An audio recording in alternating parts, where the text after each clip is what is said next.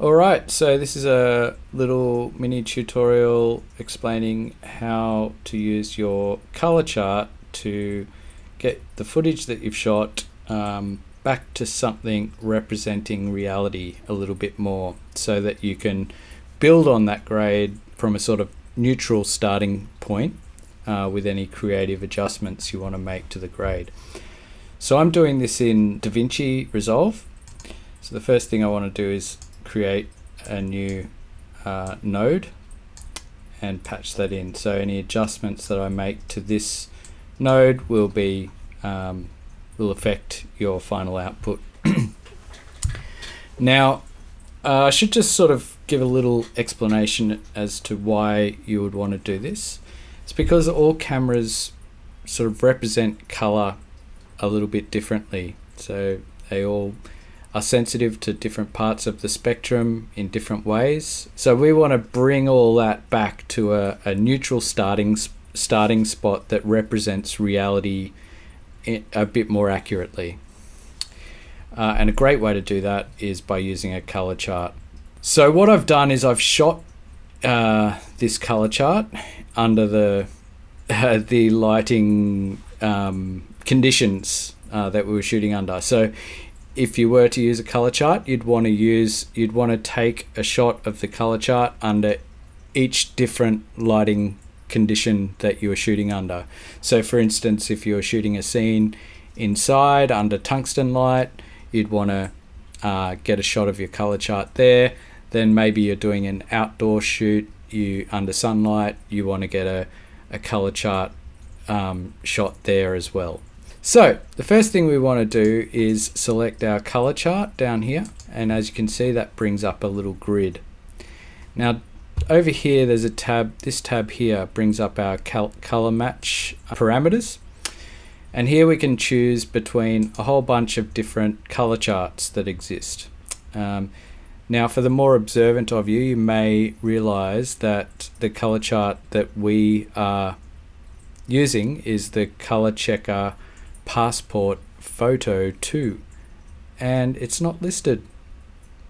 But I found that the X-Rite Color Chart Classic Legacy gives a pretty accurate result, so let's choose that. Just so you can see, if I go to the color checker video, it shows up a different grid. So we just want to make sure that we're using the Color Checker Classic Legacy. So now we want to get it so all these little boxes match up with the different swatches on our target on the chart. So I'm just going to drag these corners around to get an approximate match, and then I can zoom in and get it a little bit closer. You don't have to be completely accurate here, you just have to get it so all these boxes line up with the various swatches on your color checker. So now I've done that, we can move down to this section here where we can tell Resolve what our source gamma was. So I shot this on an FS7 in S-Log3. Now you are probably going to be shooting on an FS5. You may be shooting in Rec 709, or you may be shooting in S-Log3 or even S-Log2. But I shot this at S-Log3, so I'm going to choose S-Log3 as my source gamma. I want it to be the target gamma to be Rec 709 and the target color space to be Rec 709. Most of the time this is where you're going to want it to be, so just leave them as Rec 709. Now the color temperature refers to the target color temperature.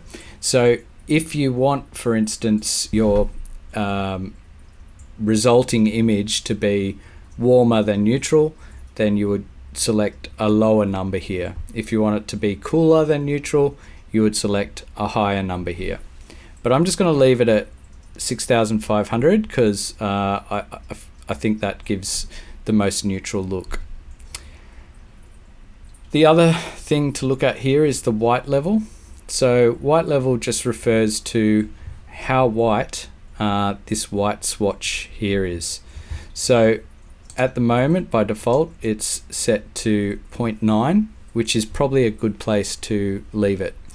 It means that white will be at 90%, which is a good starting spot. You don't want it to be all the way white where there's no information, because you might have brighter parts of your image than the white swatch within the color checker, and everything will just blow out. So 90% is a good starting spot. It means that you've still got that 10% leeway for things that are lighter than that white swatch within your scene. So now I've set all these parameters within the configuration of the color match tab.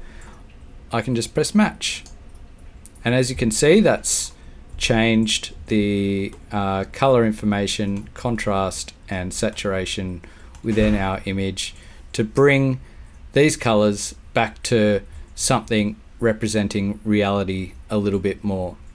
Now if we have a look down in our color match tab, you'll see it gives you a reading of how accurately this has matched all the colors and the grayscale.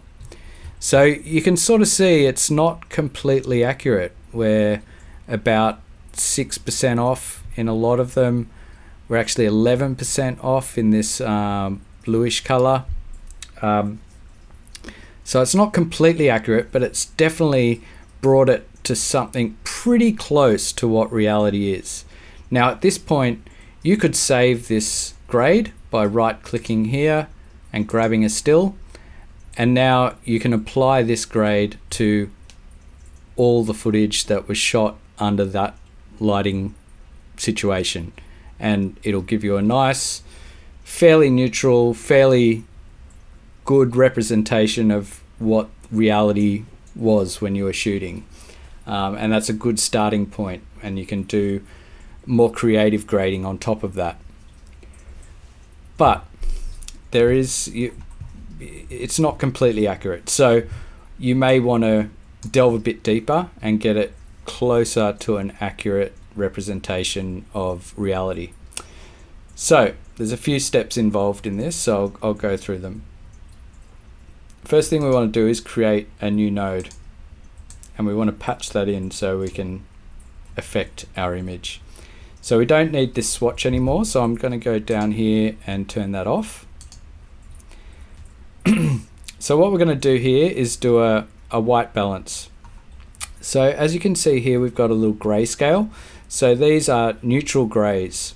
So this is a great section of the color checker to apply a white balance.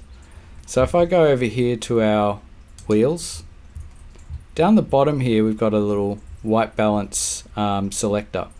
So if I click that and then just click this neutral gray here, I don't want to select the white, I want to select this one that's just a little bit off white.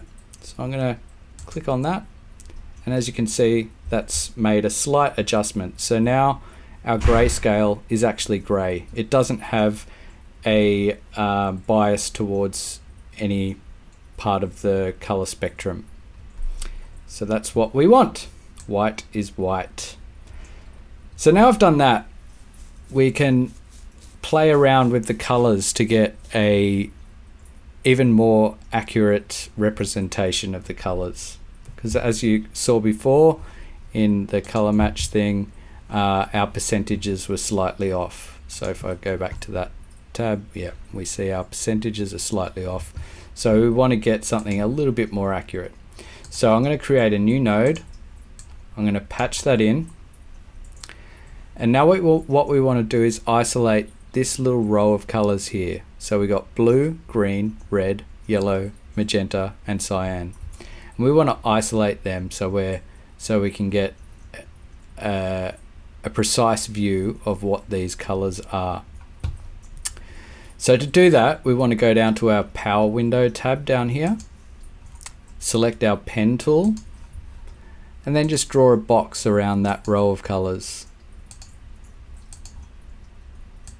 Now I'm just going to zoom in a bit just to make sure I'm not getting any other colors in there, and I'm just surrounding those colors of the box. So now what I'm going to do is click this little button up here, and what that'll do is get rid of everything else on the screen except what's inside that box. So now I've done that, I'm going to go to our scopes button. I'm going to expand that out so we get a separate window. So in our scopes, there's a whole range of different scopes. We've got a parade, a waveform, we've got a histogram, but what we want is a vector scope. So what a vector scope does is it just is a visual representation of the color information within your image. So if the more saturated a color is, the further out these dots go. If it was completely black and white, we would just have a white dot in the very center. The more saturated it is, the further out these colors go. We've got these little boxes around the outside of the circle. So this one represents yellow, green, cyan, blue, magenta, and red. So what we want to try and do is get all these dots so that they're falling inside the little boxes that correspond with the color. So the first thing that I want to check is that we've got this little box here. So this button here enables you to change the settings within that scope that you have highlighted within your box. So I just want to make sure that this show 2x zoom is selected. If I deselect that, you'll notice my my dots representing the colors come closer in. Now this is actually a more accurate view of what we're watching, but of what we're seeing. But if we want to make it a bit easier for ourselves, we'll press the 2x zoom. I should have mentioned that on the color checker, on the actual physical color chart, these colors are at 50% saturation. If something's at 100% saturation, it'll fall around this box. If something is at 50% saturation, it'll fall somewhere half between this box and the center, which is why we want to select the 2x zoom so that we get something closer to where those boxes are. Hope that makes sense. Okay, so now we've got this vector scope activated. We've got it to, we've changed the settings to where we want it to be. So now we're going to go down to this curves button, and we want to choose this hue versus hue curve. And then we want to select all these colors here. So as you can see, as I click them, it creates a little pointer on each of those colors. So now what we're going to do is move these up and down for each of the colors to get it so each one of these is pointing towards the box. So I'll start with red. So we've got that pointing towards the box, and then move to yellow and green. And just go through all the colors and make the adjustments so that it's pointing towards those boxes. And that's looking pretty good. But as you can see, yellow is way outside the box, red's outside the box, green's outside the box. So we want to get them so that they're falling inside the box. So what we do now is move this curve down to hue versus saturation, and we'll do the same thing. We'll activate the pointer for each of the colors, and then we can drag these down or up. So what this is doing is reducing the saturation so that it falls within the box. With green, we'll have to increase that slightly so it falls within the box. Cyan, bring it down a little bit. Blue, will bring it down a little bit. Magenta's looking pretty good, and I might just drag red down just a tiny bit. So that's looking pretty good, but as you can see, cyan's a little bit off center, green's off center, yellow's off center, so I might just make a few more adjustments to get them closer to the center of of the box, and green, and blue's just a tiny bit off there, and that's looking pretty good. So now I'm going to turn that off. I'm going to turn off my wand, and now don't forget to turn off your power window. So now the adjustments we've made will affect the whole image. So as you can see, everything sort of went a bit grey. That's because, like I said before, these are at 50% saturation. So we've corrected everything, but everything is still at 50%. So if we go to our wheels here, you'll see our saturation's at 50%. We can move that up to 65 just to give a bit more color. So that's looking pretty good, and you could go with this for sure, but there is one other thing that you might want to check. So I'm going to add another corrector, patch it in, and what we're going to check now is skin tone. So we've got these two swatches here that represent skin tone, but I've also got my hand here that is the color of skin. Now I know something about this mannequin. Its skin color is way off the real skin tone. I don't know why. Maybe it's been out in the sun too much and it's faded or something. But yeah, it's not accurate at all. So I'm going to use my hand as the reference for skin tone because I know my skin is skin tone. So what I'm going to do is select this color. I can do that by getting my color picker, my qualifier here, click and drag around my hand so that I select the colors of my skin, and now hit the wand again, and you'll see the color of my hand is now selected, and some parts of the mannequin have been selected as well. So let's go to our vector scope again. I'll expand that out. Now you'll notice this little line here, so that indicates where skin tone should be falling. Now if you don't see that line, if you go up to your little button here and click show skin tone indicator, that line will appear. Now we want to get it so that the skin tone falls across this line. So as you can see, it's a little bit off. So if we go back to our curves, go to hue versus hue. Now skin tone falls somewhere between red and yellow. So let's make a pointer on red and yellow, and then make another pointer by clicking on the line between red and yellow, and then we can just move this around so that our skin tone falls on the skin tone indicator. And that's that. So let's turn off the wand, and don't forget you've got to reset your qualifier so that it's affecting the whole image. And that's looking pretty good. That's a nice neutral grade that represents pretty well reality. So I'm just going to make a copy of that grade, grab still, and now I can apply this grade across all the footage that was shot under those lighting conditions. So don't forget, you'll need to do this every time you change the lighting conditions. So if you're shooting outside under sunlight, you'll need to do it again. If you're shooting under different colored lights, you'll need to do it again.